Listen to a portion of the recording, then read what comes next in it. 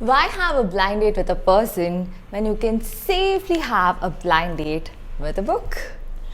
Hi everyone, I'm Archie and welcome to my YouTube channel. Blind dates can go horribly wrong at times. Blind dates a lot of times are pretty unsafe, and a lot of these blind date stories are pretty hilarious too. Let's say you go on a random blind date. Oh my god, I loved it. The guy was just great. 1 week later. I should have known it was too good to be true. I'm never going on a blind date again. These books are lying to me. Can you believe that guy creeped me out like that? Instead of going through all of that hassle, I found a simple solution. You just have to read the description of a book, and if that description of the book appeals to you, so all you have to do is you have to go ahead and get that book. So that is exactly what I did. I went to the Big Book Box website and I actually decided to get myself a blind date with a book, and this was the description that I read, and based on this I got my book. So I'll read out this description for you, okay? And while I do all of these and while I also give you hints, you're going to be trying and guessing which book I have got as a part of this blind date and comment down below. So, if Bridget Jones is your taste, wait till you meet this lead. Hilarious at most places, thought-provoking at others, this book is a package. So this is what the description read. I went ahead and I unboxed that book.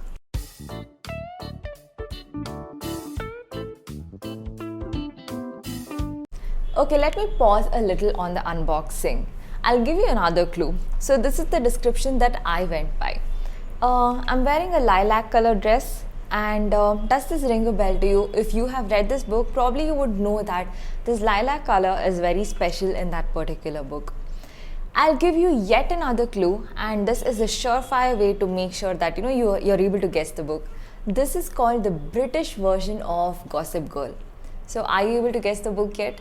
Whatever you have guessed so far, please drop that in the comments below and let me know.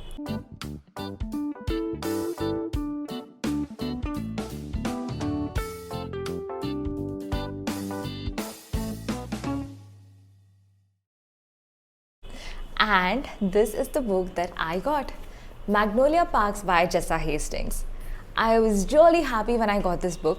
So I was planning to, so usually, like some of you who have been following me for a while now know that I usually put down my TBR in a Notion, this one to-do list, and I go based on that. So I had put Magnolia Parks in that, and I was hoping that probably I'll get that book for me someday because I intend to read it this year.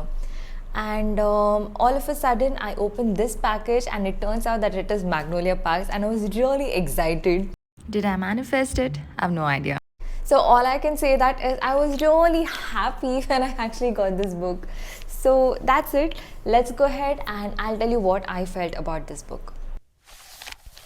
So let's start off with what this book is all about.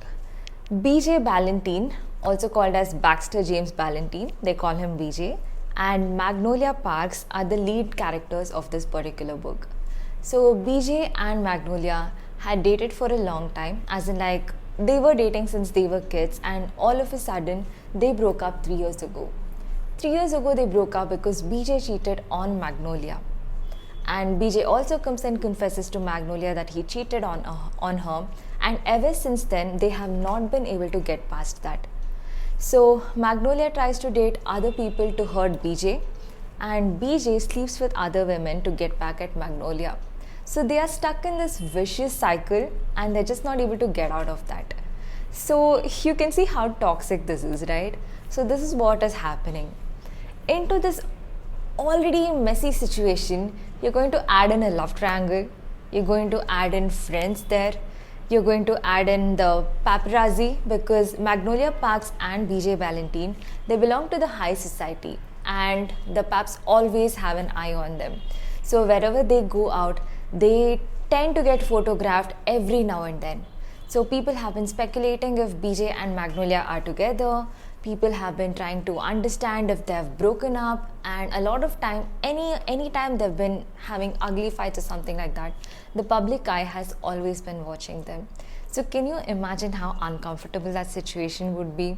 And I mean, I'm sure that's going to be pretty stressful as well, right?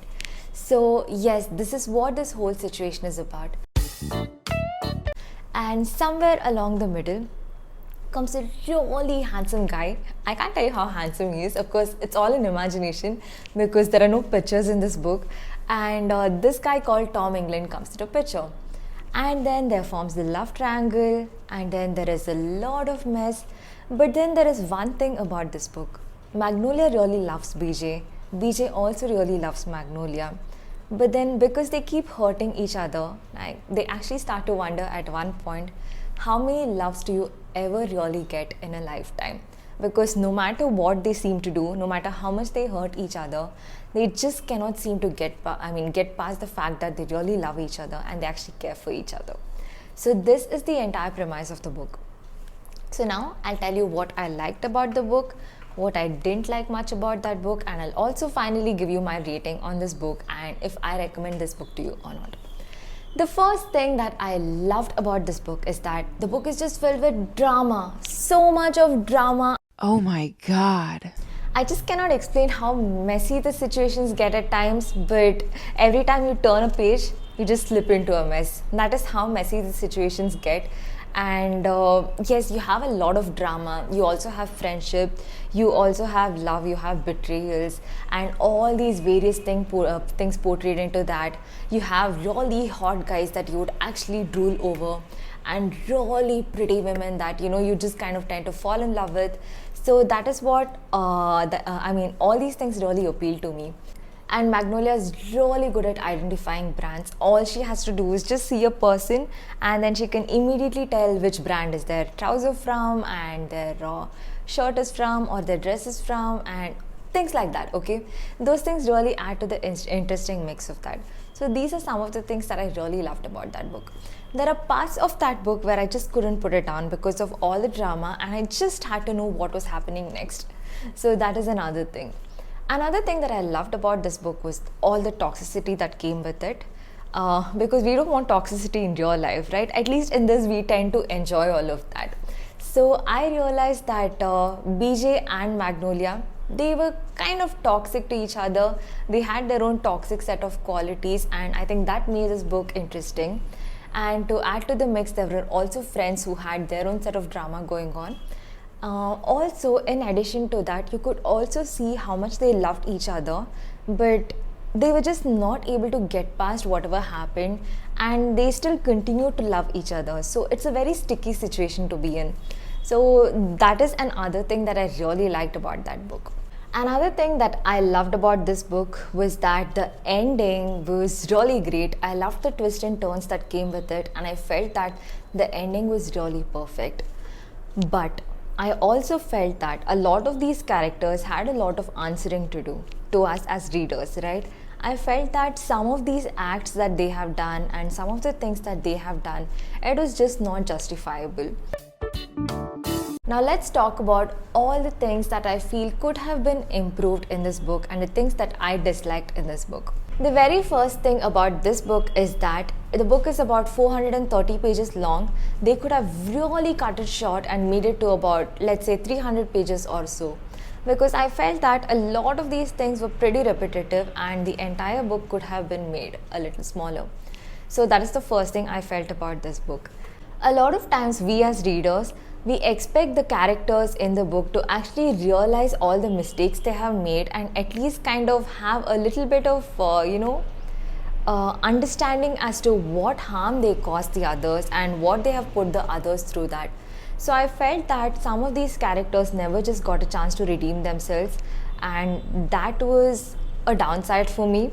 Another thing is, whenever you read a book, right, after you finish the book, once you close that book, you feel that kind of a thing where, all of a sudden you just land back in reality and you just kind of don't know what to do. You just have to figure things out.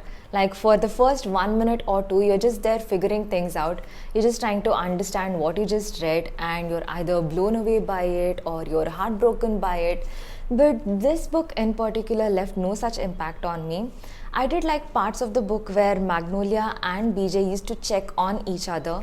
Like, despite the fact that they used to fight with each other, they used to actually text each other and they used to check on each other, saying that, how's the weather there? And the other person used to say, like, if it's like a really gloomy weather or if the weather is pleasant.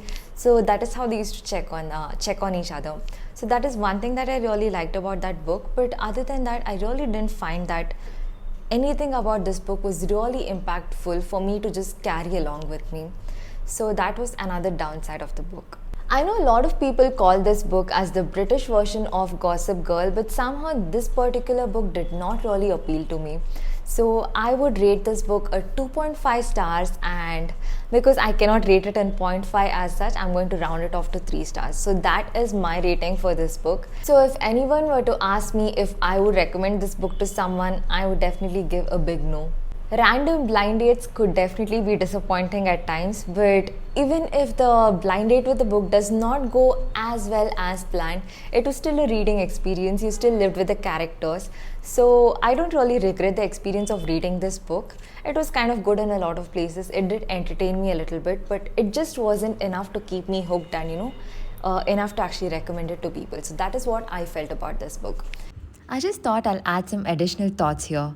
We all know that It Ends With Us has been labeled as a toxic book, but then Magnolia Parks, despite the fact that it is a toxic book, it is celebrated everywhere. So all I'm saying is these books just come as a source of entertainment and may not be meant to teach us something. So take these books with a pinch of salt. If you liked watching my video, please consider subscribing to my channel for more bookish content. So with that, we're done with the video. Stay happy, stay blessed, and stay kind. Bye.